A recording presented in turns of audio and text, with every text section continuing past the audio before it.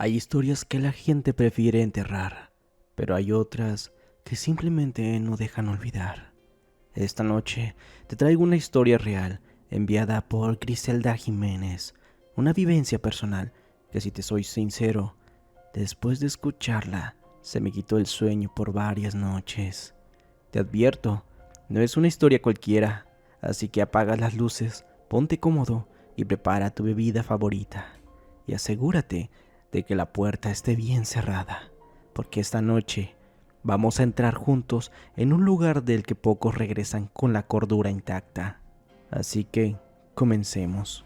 Me gustaría compartir con todos ustedes algunas de las cosas sobrenaturales que he vivido desde muy pequeña. Desde las cosas más aterradoras que recuerdo de mi niñez, fue cuando llegamos a vivir al terreno de mis padres.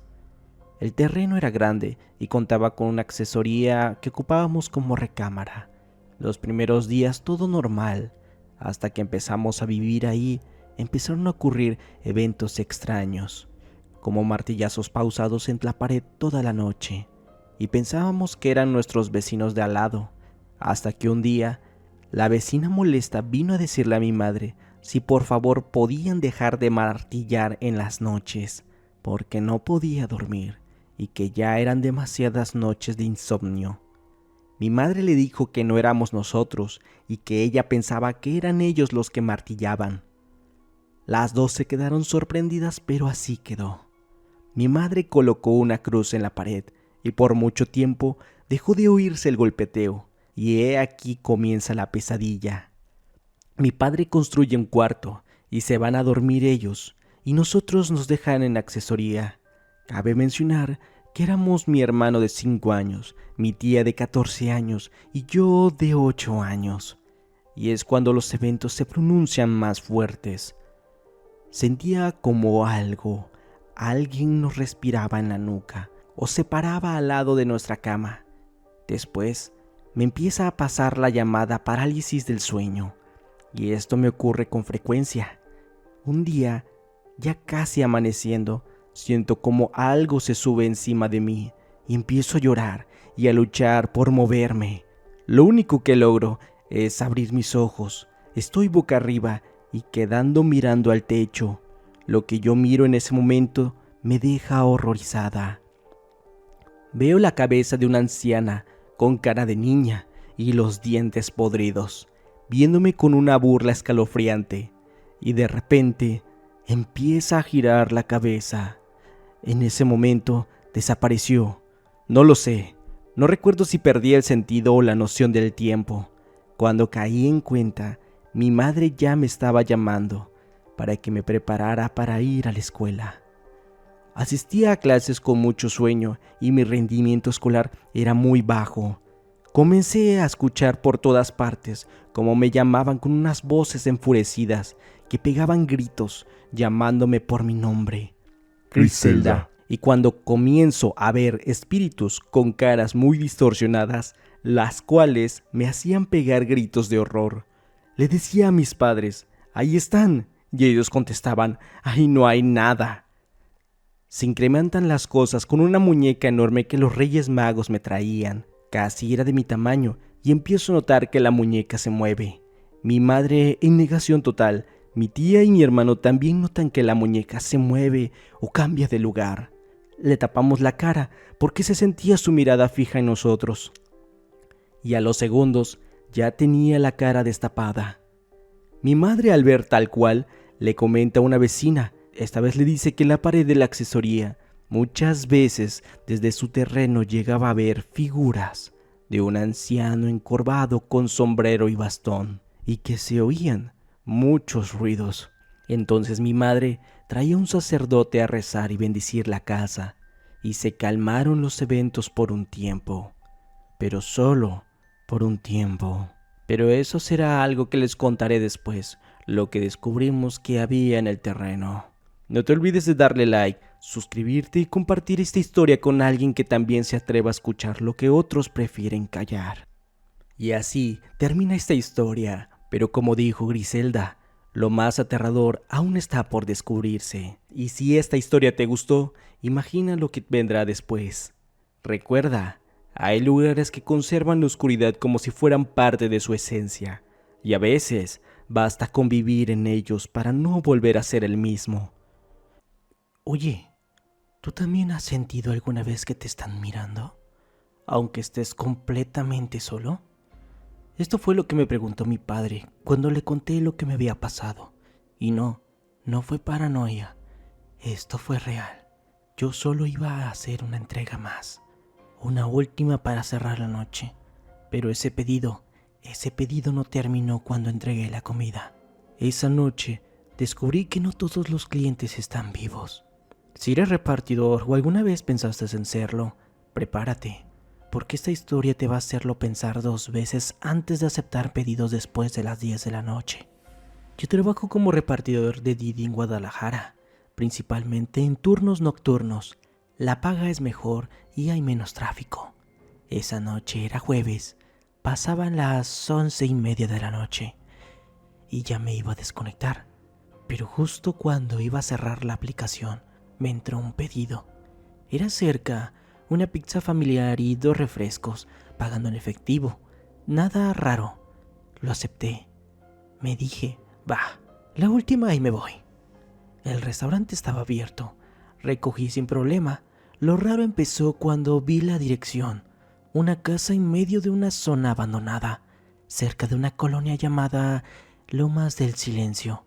Sí, así se llama. Irónico, ¿no? La casa estaba lejos del alumbrado. Era una calle sin salida. Desde que me acerqué, sentí algo. No sé cómo describirlo. Como si algo me dijera que me fuera de ahí. Toqué el timbre. Nadie salió. Toqué otra vez. Al minuto se abrió la puerta sola.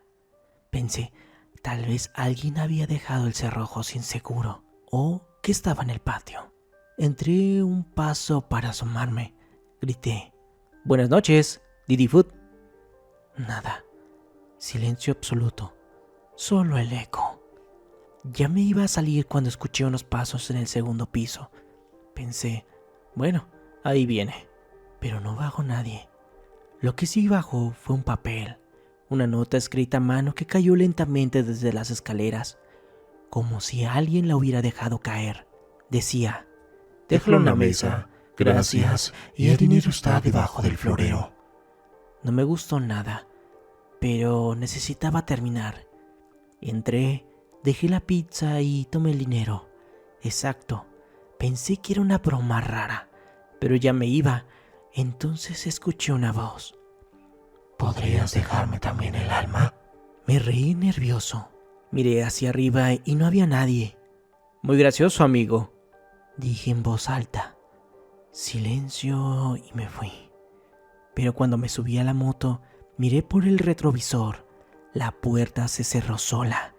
El camino de regreso lo hice con prisa, pero desde ese momento empecé a sentir algo raro. Primero pensé que alguien me seguía.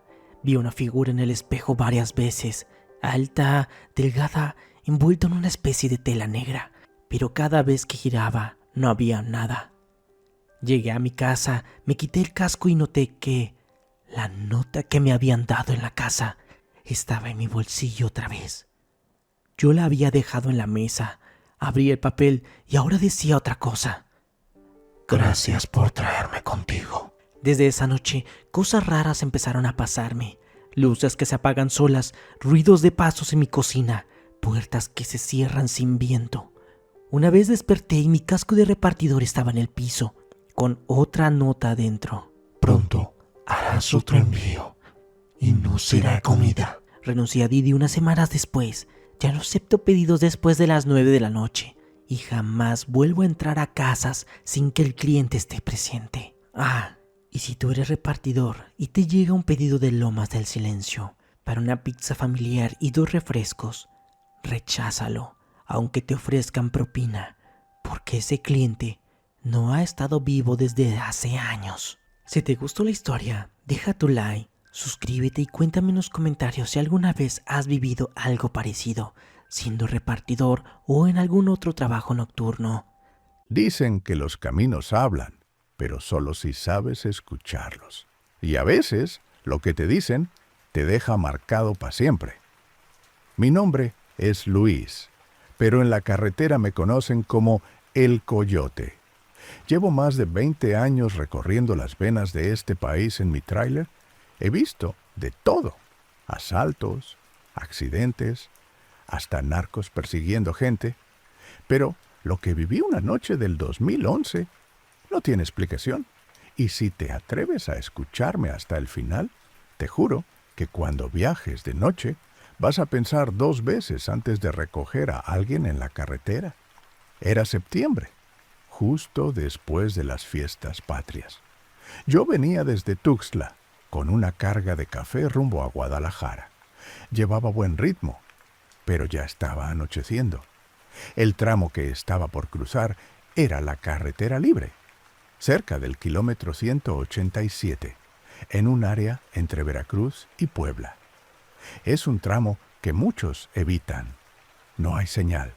Los árboles se te cierran como si quisieran tragarte y el pavimento está lleno de baches. Pero yo ya me la sabía. Siempre cargo mis anjudas colgado del espejo y nunca viajo sin un termo de café negro como el infierno. Me faltaban unas 4 horas para mi siguiente parada. La noche era densa, como si el cielo me estuviera echando una manta encima. Y fue entonces cuando la vi. Estaba parada al borde del camino, vestido blanco, largo, cabello negro lacio hasta la cintura. No parecía sucia ni golpeada, pero había algo raro. No se movía, no caminaba. Solo me miraba con una expresión que no sé describir, como si me estuviera esperando. Yo no suelo parar, pero no sé por qué esa noche lo hice. Frené despacio, bajé la ventana y le pregunté: ¿A dónde vas? ¿Hasta dónde me puedas llevar?, me dijo, sin emoción. Subió sin dudar, como si ya hubiera hecho eso 1000 veces. Se sentó derechita, las manos sobre las rodillas, y me agradeció apenas con la mirada. «Me llamo Ana», dijo, y nada más. En cuanto arrancamos, el aire dentro del tráiler cambió, como si alguien abriera una puerta al refrigerador. El vidrio empezó a empañarse por dentro. Saqué un trapo, limpié, pero el vaho seguía saliendo de su lado, como si su cuerpo estuviera frío, helado. Le hice conversación para romper el hielo. «¿Vienes de algún rancho?» «Del otro lado del cerro», respondió. «¿Y por qué tan tarde?» «Porque me dejaron sola, y ahí me dio escalofrío». Su tono era plano, sin rabia, sin tristeza, solo vacío. 1 hora después, al tomar una curva cerrada, vi las luces reflejarse en algo. Frené de golpe. Era un coche, o lo que quedaba de uno, chocado contra un árbol, llantas al aire, todo destrozado. Cristales, metal retorcido, manchas oscuras en el suelo.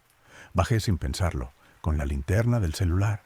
Busqué cuerpos, alguna señal de vida. Grité: «¿Hay alguien ahí? ¿Oye?» Nada. Dentro del coche solo encontré una muñeca, una de esas antiguas con la cara cuarteada. Parecía quemada, el cabello chamuscado y los ojos. Uno de ellos estaba derretido. Quise avisarle a Ana para que llamara a emergencias desde el tráiler, pero cuando regresé no estaba. La puerta del copiloto seguía cerrada. Sus huellas seguían en el vidrio empañado. Su mechón de pelo seguía sobre el asiento, pero ella se había ido. Me subí nervioso, con las manos temblando. Encendí el motor, puse música ranchera para distraerme, pero no duré ni 5 minutos. Cuando revisé el retrovisor del cajón del tráiler, la vi. Estaba sentada sobre los costales de café, con las piernas colgando, mirando al cielo con los ojos en blanco.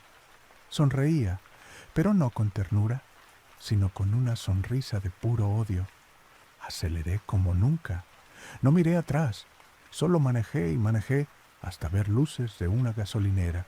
Me bajé, me temblaban las piernas y me desplomé frente al encargado. Cuando desperté, había 3 camioneros ahí. Les conté lo que pasó. Uno de ellos, un señor de bigote blanco, me agarró del hombro y me dijo: ¿Kilómetro 187? Esa es la curva de la muerta. Dicen que hace años una joven llamada Ana murió ahí, tratando de cruzar. Nadie quiso levantarla, hasta que un tráiler la atropelló. Desde entonces, busca a quien la lleve. Pasaron semanas. Me costó volver a manejar de noche, pero lo más espeluznante fue lo que encontré cuando abrí el remolque al llegar a Guadalajara. Encima de los costales, justo en el lugar donde vi sentada a Ana, estaba la muñeca, la misma que encontré en el coche destruido. Yo no la metí. Nadie más tuvo acceso al remolque.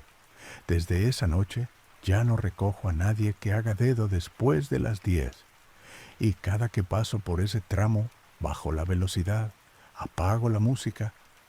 Y si llego a ver una figura de blanco al borde del camino, no miro, no freno, solo rezo. Porque hay almas que no descansan. Y hay fantasmas que, si los miras, te siguen para siempre. Esta es una historia basada en hechos reales, y aunque pasaron ya varios años, todavía hay noches en las que me despierto con esa imagen clavada en mi memoria, la sonrisa de esa muñeca colgada, y la sangre goteando desde el closet. Te invito a quedarte hasta el final, porque lo que vas a escuchar no es solo una historia de terror, es un recuerdo que jamás podré olvidar. Comencemos. Corría el año 1973. Era una época distinta. Los adultos se reunían a menudo para celebrar, bailar y para compartir. Y en casa de mis abuelos maternos eso era muy común. Las fiestas eran grandes, con música y comida y mucha gente riendo. Y yo, como una niña de apenas 6 o 7 años, siempre estaba ahí, observando el mundo de los grandes desde mi pequeña altura. Era la primogénita, no solo como hija, sino también como nieta. Eso me daba un cierto estatus dentro de la familia, pero también era una responsabilidad que no todos los niños tendrían. Tenía que cuidar que nadie subiera a las recámaras durante las fiestas. Imagínense eso, una niña cuidando de los adultos que no fueran a donde no debían, pero yo lo tomaba muy en serio. Me gustaba sentir que tenía un deber importante, y aquella noche todo parecía igual que siempre: risas, música, voces entrelazadas, los adultos en la planta baja y yo subiendo y bajando las escaleras como una pequeña guardiana. Pero entonces ocurrió algo que cambió todo. Mi abuelo tiene un sobrino, un chico que no era mucho mayor que yo, tal vez unos 5 años más grande.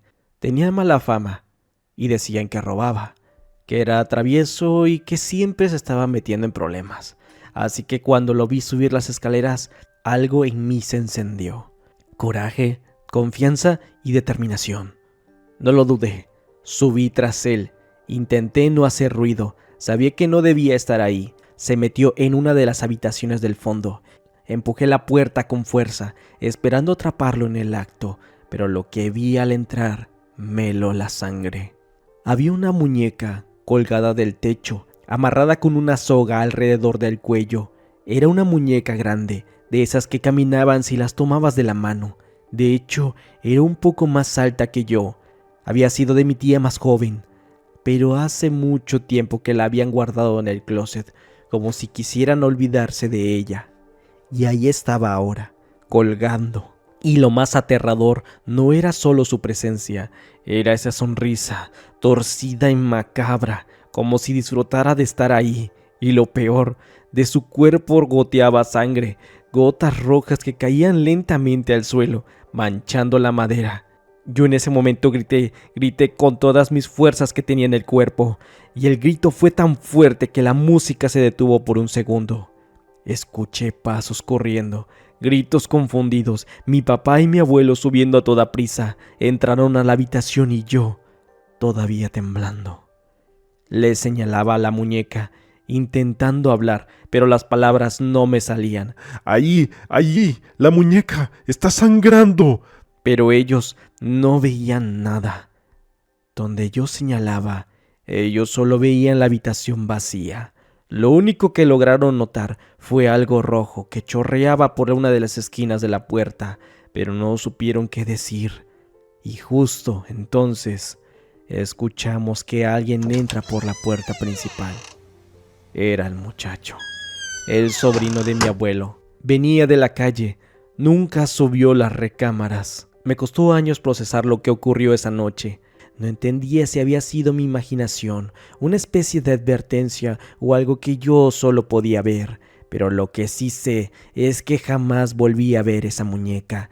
Nadie la encontró, nadie habló de ella, como si todo hubiera sido parte de mi imaginación. Pero no lo fue. A partir de ese día, desarrollé un rechazo profundo hacia las muñecas. No podía verlas, no podía estar en la misma habitación con una.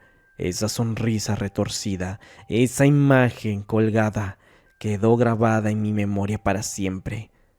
Dicen que los niños pueden ver cosas que los adultos no, que cuando uno es pequeño está más cerca de lo invisible. No sé si sea cierto. Lo único que puedo decir con total certeza es que aquella noche yo vi algo que jamás debería haber visto, y desde entonces no he vuelto a ser la misma. Gracias por haberte quedado hasta aquí. Esta historia está basada en hechos reales, y aunque parezca increíble, hay cosas que simplemente no tienen explicación.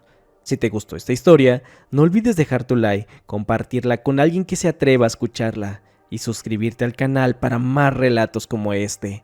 Tengo muchas historias que contar, y algunas aún son más oscuras. ¿Has sentido alguna vez que algo te observa? Incluso cuando sabes que estás completamente solo. No estoy hablando de paranoia. Me refiero a esa sensación helada que recorre tu espalda cuando algo simplemente no cuadra. Yo creía que tenía nervios de acero, hasta que una noche en un centro comercial descubrí que hay cosas que no deberían moverse, pero igual lo hacen. Quédate hasta el final, porque esto no fue una alucinación y podría pasarte incluso a ti. Comencemos. Llevo años trabajando de guardia nocturno y ya me toca ver de todo. Ratas activando sensores, puertas que se abren con presión del aire, hasta globos que se escapan de las jugueterías y cruzan pasillos enteros como si tuvieran vida propia. Por eso, cuando vi por primera vez a uno de esos maniquíes fuera de su lugar, no me espanté, pero algo no cuadra. Era como las 2:40 de la madrugada. Estaba en mi caseta de seguridad, así que revisaba las cámaras, cuando noté que uno de los maniquíes de una tienda de ropa, una de esas grandes con muchas cosas, lleno de figurillas blancas, lisas y con los rostros sin expresión, aparecía fuera del aparador. Y no mucho, solo medio paso hacia adelante, pero lo suficiente para notar que algo estaba fuera de su lugar. Pensé que quizás un empleado lo había dejado mal colocado, o que simplemente se había deslizado, así que bajé con la linterna acomodada. La tienda estaba cerrada, obviamente como siempre, con la cortina metálica y un candado puesto. No había señales de forzamiento, ni de que alguien hubiera tratado de entrar, pero ahí estaba, el maniquí, justo en el centro del pasillo. Lo curioso fue, al tocarlo sentí el plástico un poco más cálido de lo normal, como si alguien lo hubiera sostenido por un buen rato. Me agaché para girarlo, y justo entonces escuché un leve crujido a mi derecha, como si de otro maniquí se moviera. Brinqué del susto, alumbré con la linterna, pero no había absolutamente nada, o al menos eso quise creer. Lo devolví detrás del vidrio y subí de nuevo, pero algo ya me tenía inquieto. No era normal que algo así pasara en una tienda completamente cerrada, y esa incomodidad no se me quitó. 15 minutos después, el sistema marcó movimiento frente a la tienda del frente. Revisé las cámaras y ahí estaban, dos maniquís afuera, uno con los brazos extendidos y el otro más atrás, casi a la altura del punto donde yo acababa de pasar. Ahí ya no pude justificarlo con la lógica. Bajé de nuevo, esta vez más serio. Al llegar vi que uno tenía la cabeza ligeramente girada hacia la derecha, como si me mirara. Me acerqué con cautela. No tenía base. Esos maniquís siempre están anclados, o al menos equilibrados. El otro estaba inclinado hacia adelante, como si estuviera a punto de dar un paso. Lo regresé, aunque el ambiente ya no era el mismo. Una tensión densa flotaba en el aire, como si el lugar retuviera la respiración. Y entonces, un sonido sutil, que no era paso de mi eco, me erizó la piel. Algo como el susurro de las suelas arrastrándose por el piso del centro comercial. Intenté distraerme, revisé otras zonas, bebí un poco de agua. Me convencí que todo tenía una explicación lógica, hasta que 40 minutos después sonó la alarma del pasillo central. Esa alarma solo se activa si algo cruza varias veces por el mismo punto. Fui directo a las cámaras y no lo podía creer. Ahora, al menos 4 maniquís, todos en posición distintas. Uno junto a la fuente, otro en la entrada de los baños, otro enfrente del elevador de servicio y el último justo enfrente a la tienda donde había empezado todo. La tienda ya no tiene la cortina cerrada, estaba entreabierta y sentí un escalofrío. Agarré la linterna con fuerza y empecé a caminar hacia allá, con los ojos bien atentos a cada sombra. Al doblar al pasillo que llevaba a los baños, escuché un sonido seco, un clac, como si de un tacón golpeara el piso. Me detuve y nada. Seguí caminando. Otro golpe más, esta vez justo detrás de mí. Me giré y estaba uno de los maniquís, el mismo de antes, solo que ahora tenía uno de esos brazos levantados hacia adelante, como si me hubiera querido tocar. ¿Y sabes qué fue lo más perturbador? Su otra mano estaba en una posición antinatural, como si se hubiera torcido a propósito. Me quedé congelado. Mi mente intentó explicarlo con mecanismos, con lógica, con lo que fuera, pero no hay lógica en esto, no en figuras huecas, sin engranajes, sin vida, que se muevan solas. Di un paso hacia atrás. Sentí una corriente helada de aire atrás de mí. La linterna parpadeó una sola vez, pero cuando volvió a encenderse, el maniquí estaba aún más cerca. No grité, no corrí, solo retrocedí en silencio hasta que pude volver a ver la caseta. Cerré la puerta con seguro y apagué las luces. Me senté. No salí durante las últimas 2 horas del turno, no por cobardía, sino porque sentía que algo estaba esperándome, que volviera a salir. Escuché un golpe leve fuera de la puerta, como si alguien hubiera dejado caer una perchera o una cabeza hueca de plástico. No me asomé. Desde entonces, cada vez que hago rondas, paso más rápido frente a esas tiendas. A veces incluso evito mirar los escaparates. No quiero saber si uno de ellos cambió de posición. No he renunciado, pues necesito el trabajo. Y aunque suene ridículo, siento que si alguien más toma este turno, podría terminar peor. Buenas tardes, días o noches. Me gustaría saber desde dónde nos están escuchando esta noche. Déjenmelo en los comentarios. Me encanta leerlos, saber desde qué parte del país o del mundo se conectan para escuchar estas historias.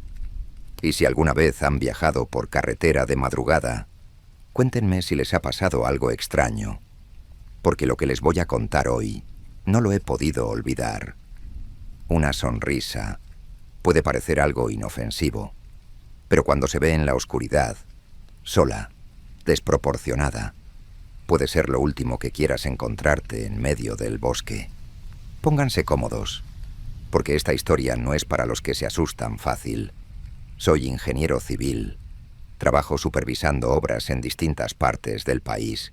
Carreteras, puentes, drenajes, caminos rurales. A veces me toca manejar por horas para llegar a lugares donde no hay ni señal. Me ha tocado de todo. Deslaves, tormentas, hasta comunidades donde uno tiene que pedir permiso para entrar. Pero nunca me había topado con algo así. Era un martes. Ya llevaba 3 días revisando proyectos entre la Sierra de Oaxaca y la costa. Y esa noche tenía que llegar a Huatulco para dormir y al día siguiente ir a ver una obra cerca del río Copalita. Salí de San Pedro el Alto como a eso de la 1 de la madrugada y calculaba llegar a Huatulco entre las 3 y las 4. Yo ya conocía esa carretera, la 175ª, pura curva, puro monte. Nada de tráfico a esa hora, ni una luz, salvo la de mi camioneta. Todo iba bien. Tenía la música baja, la ventana un poco abierta para que no me diera sueño. Era una noche negra, sin luna, y de pronto, entre los árboles, vi algo. Una figura a la orilla del camino. Primero pensé que era un animal, pero al acercarme me di cuenta de que era una mujer. Estaba parada justo en el borde del asfalto, con una mano extendida, haciéndome señas. Vestía de blanco, pero no un vestido largo, como esas historias de La Llorona. Era ropa común, una blusa clara, jeans.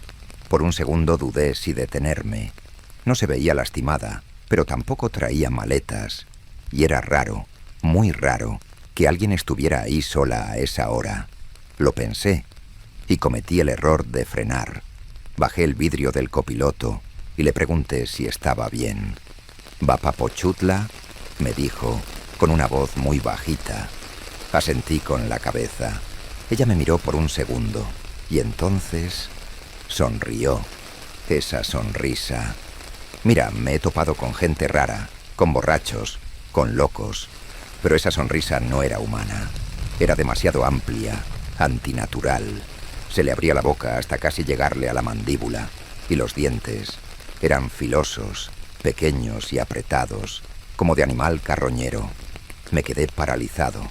Ella se inclinó un poco hacia la ventana y sin dejar de sonreír, me dijo: «Tengo frío». Yo no sé de dónde saqué el valor, pero metí la marcha y aceleré sin mirar atrás. Ni me fijé si venía algún coche, aunque no había ni uno. Solo sé que sentí como si algo me hubiera rozado el retrovisor cuando arranqué. Los primeros minutos manejé como loco. El corazón me latía a 1000 por hora. Revisaba los espejos cada segundo, esperando ver su figura corriendo detrás del coche, o asomada desde la parte de atrás. Pero no vi nada. No escuché nada. Hasta que llegó el olor. Un hedor horrible, como carne podrida y tierra mojada. Llenó la cabina como si algo se hubiera metido por el aire acondicionado. Abrí las ventanas, pero no sirvió de nada. Tuve que detenerme unos segundos para respirar. Bajé del coche con la linterna, rodeé el vehículo y no vi nada, pero el olor seguía ahí. Entonces escuché algo, a lo lejos, entre los árboles, risas suaves como si fueran de una niña, pero deformadas, como si fueran burlonas. Me subí de nuevo, encendí la camioneta y no paré hasta llegar a Pochutla. Cuando llegué, eran casi las 4 de la mañana. Fui directo al hostal donde se estaban quedando mis compañeros. Apenas entré, uno de ellos me vio la cara y me preguntó qué me había pasado. Les conté todo, desde el principio. Nadie se rió. Uno de los albañiles, un señor mayor, me miró serio y me dijo algo que se me quedó grabado. Esa es la mujer de la sonrisa rota. Muchos dicen que la han visto entre las curvas de San José y la desviación de Santa María Huatulco. Siempre aparece sola, vestida normal, y pide que la lleven, pero el que se detiene ya no regresa igual, o no regresa. Yo pensé que era una leyenda más, pero ahora sé que no, porque yo la vi, y no fue un sueño, ni una alucinación.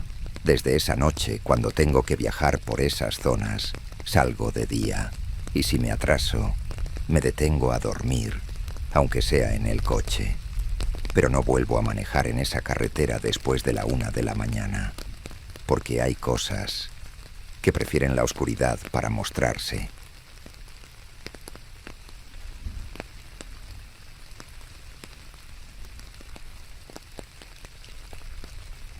Díganme algo.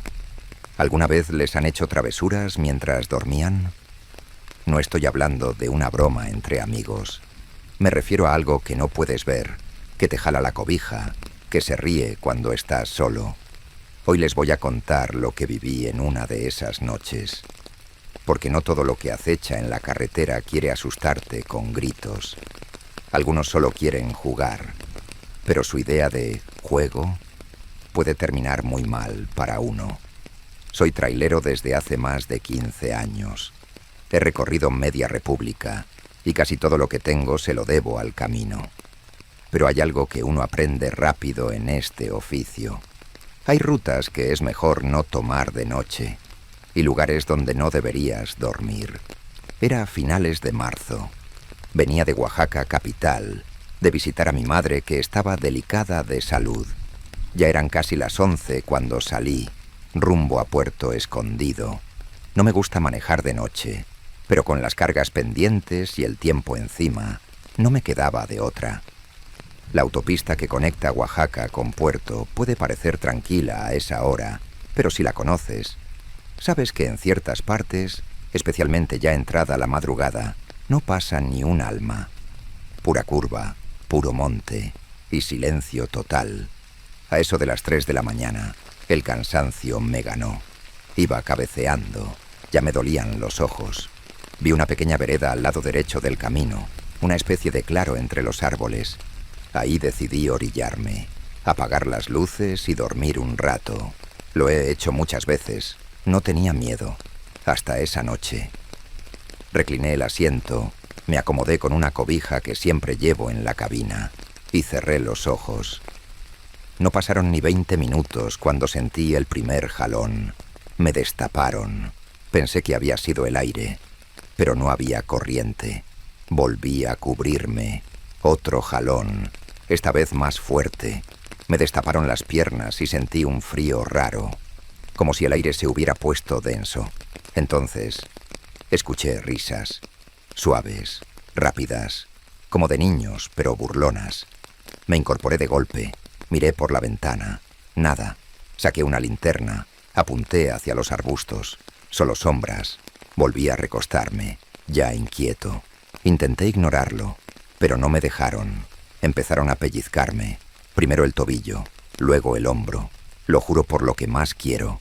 Sentía dedos pequeños tocándome, pinchándome. Me giraba y no había nadie.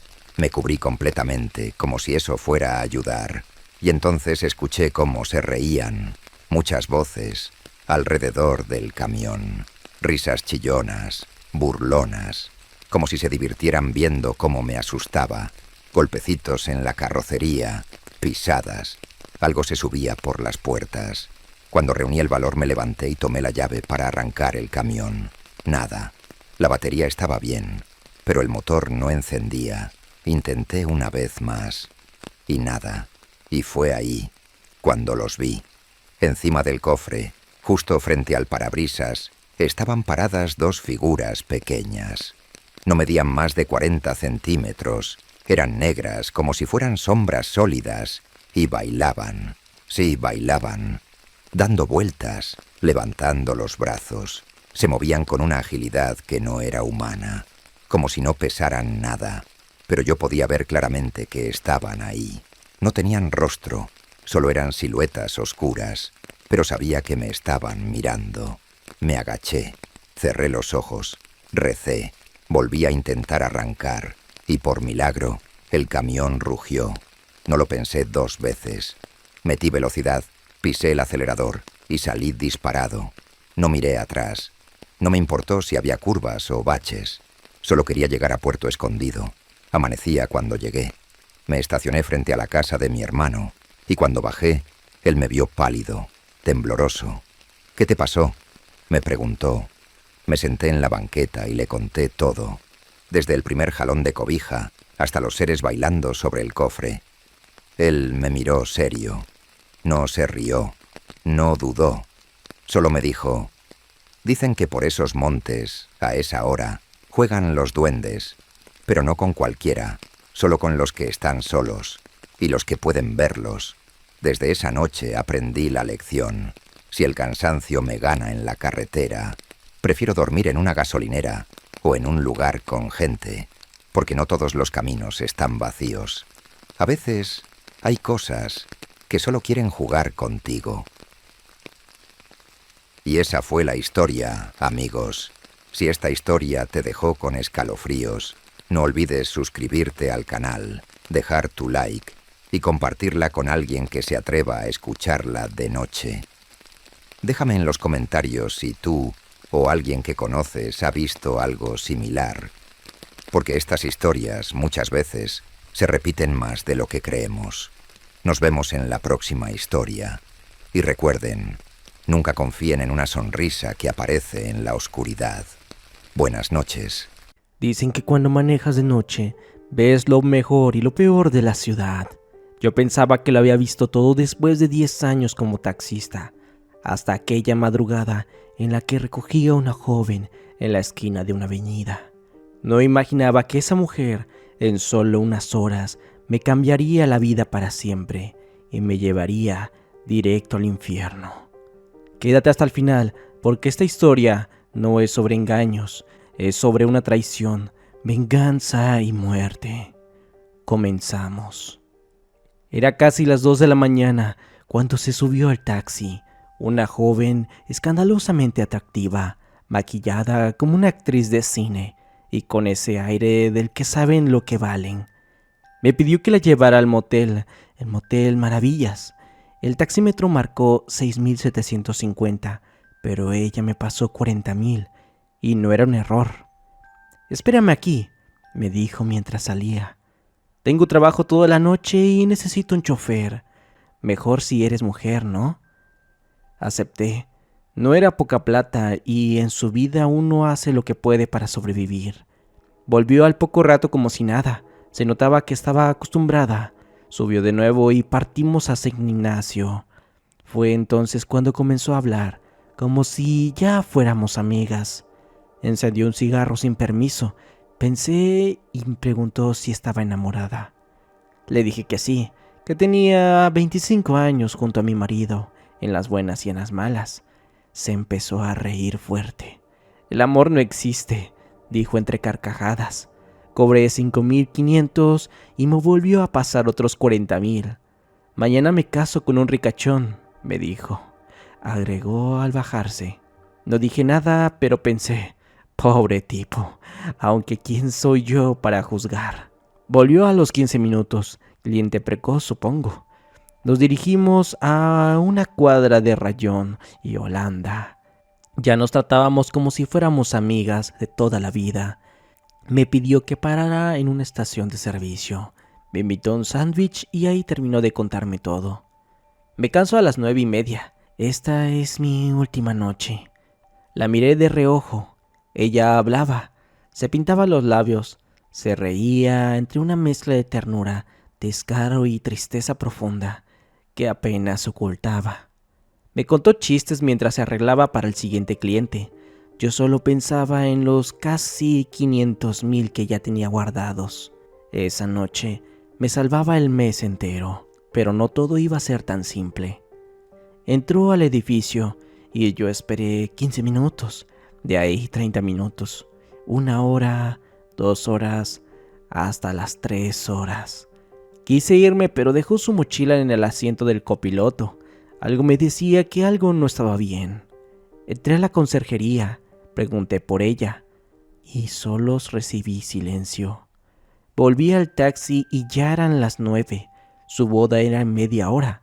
Abrí la mochila y solo vi una sola cosa: su vestido de novia. Fue entonces cuando tomé una decisión. No tenía opción. Soy mujer, trabajo de noche, soy taxista. ¿Te parece poco motivo para andar armada? Volví a la consejería, esta vez con una pistola. ¿Dónde carajos está? Departamento 912, pero no me mate, por favor, fue lo que me dijo. Subí, toqué la puerta. Ella abrió gritando. Tenía la cara moreteada. Él intentó cerrarme la puerta. Me metí igualmente. Le apunté, pero dudé. El muy cerdo se me lanzó encima. Me estaba ahorcando hasta que ella valientemente le pegó con mi arma. Él cayó inconsciente y salimos corriendo. ¿Dónde te casas? Pintor Casanova Centeno, con Francisco y Norega, respondió. Aceleré. Ella se vestía en el asiento trasero. Se maquillaba y se veía como nueva.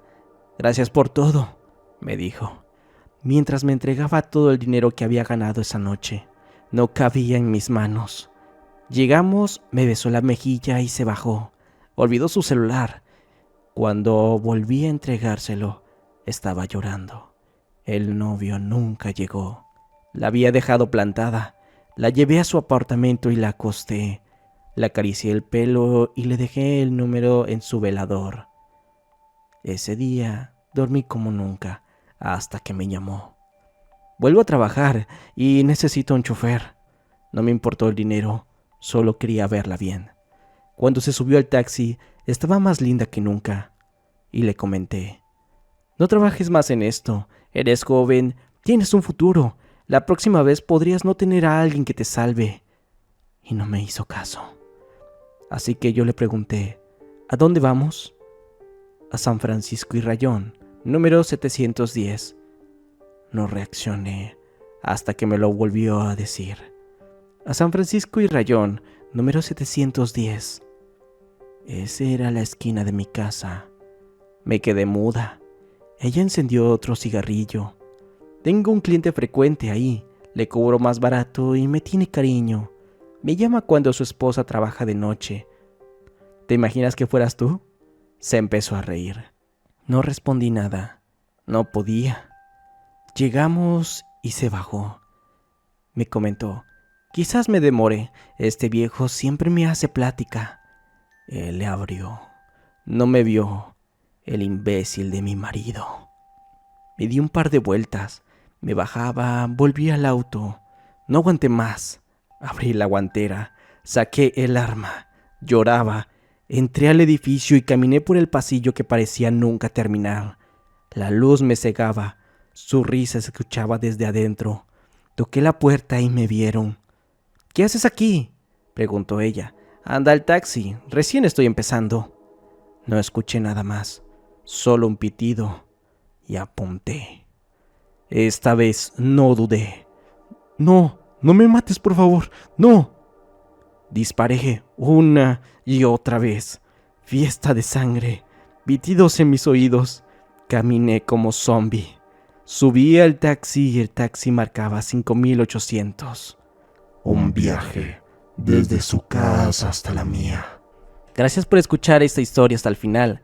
A veces lo más aterrador no está en los cementerios ni en las casas embrujadas. Está dentro del auto, en la piel de alguien común, en las decisiones que tomamos cuando ya no queda nada. ¿Alguna vez has escuchado acerca sobre las zonas de la Ciudad de México que incluso los elementos de seguridad evitan? Yo soy parte de la Guardia Nacional y lo que te voy a contar ocurrió durante un rondín nocturno, en un sitio donde el tiempo parece haberse detenido. Lo que vimos esa noche no tiene ningún informe oficial. Fue tan real como invisible. Así que quédate hasta el final, porque esta historia no solo te va a poner los pelos de punta, tal vez te haga pensar 2 veces antes de caminar solo de madrugada. He patrullado zonas rurales, montañas, pueblos abandonados y, claro, partes muy oscuras de la Ciudad de México. Y aunque he visto cosas feas, tiroteos, cuerpos, hasta rituales, jamás había sentido miedo como esa noche. Esto ocurrió en noviembre del 2022. Me encontraba en servicio con mi compañero Saldaña, un tipo serio de los que nunca se asustan, ni aunque le pongas un cuerno de chivo en la cara.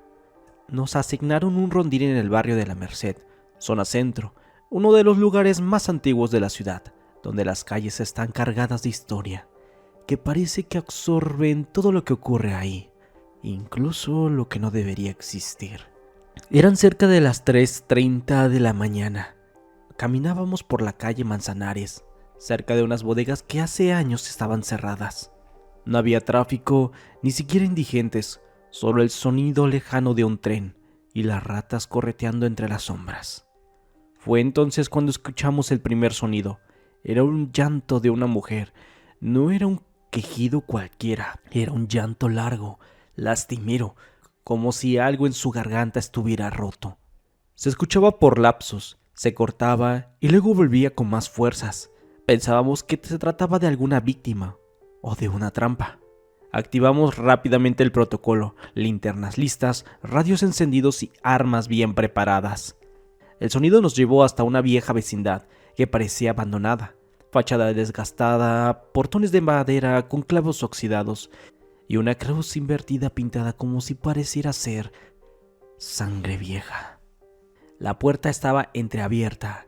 Saldaña miró y dijo: ¿Entramos? Vamos, respondí.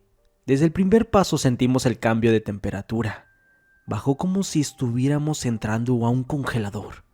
Ni en San Cristóbal de las Casas sentí un frío así. El interior estaba lleno de humedad, olor a tierra mojada y algo más. Un aroma como a carne podrida, como si algo estuviera descomponiéndose desde hace semanas. En el patio central había veladoras negras apagadas, un altar improvisado y, lo peor, restos de animales, cuerpos de gallinas sin cabeza, huesos calcinados, símbolos pintados con carbón o ceniza. Todo apuntaba a brujería. Al avanzar unos metros, mi linterna comenzó a fallar. Primero parpadeó y luego apagón total. No te alejes, dije, y justo cuando iba a tomar la radio, la luz de toda la zona se fue. No solo la de la vecindad, toda la calle se apagó. Ni los focos de los postes, ni las luces lejanas de los edificios, solo oscuridad total. Fue ahí cuando escuchamos pasos arriba, en el segundo piso. Subimos lentamente por las escaleras de hierro viejo que crujían con cada pisada. Y luego vimos una figura al menos de 2 metros, negra, sin rostro, observándonos desde una ventana, o más bien imitándonos. Cuando Saldaña levantó el arma, la figura también lo hizo. Cuando yo giré el cuello, la figura también. No se movía como humano, era fluido, como una sombra que se arrastra por la luz. Entonces la figura comenzó a reírse, pero una risa distorsionada, como si alguien la produjera desde una grabadora dañada, un ruido que se metía en los oídos como agujas de metal. Saldaña gritó: ¡Baja ya! ¡Eso no es normal! Corrimos escaleras abajo, pero al llegar al patio, algo nos detuvo. Frente a la puerta había una mujer parada, vestida de blanco, con el cabello largo cubriéndose el rostro. No se movía, solo susurraba. No entendíamos lo que decía hasta que Saldaña dijo: Está repitiendo tu nombre. Y era muy cierto. Ramírez, Ramírez, Ramírez. Sentí un escalofrío sublime por la espalda como un látigo.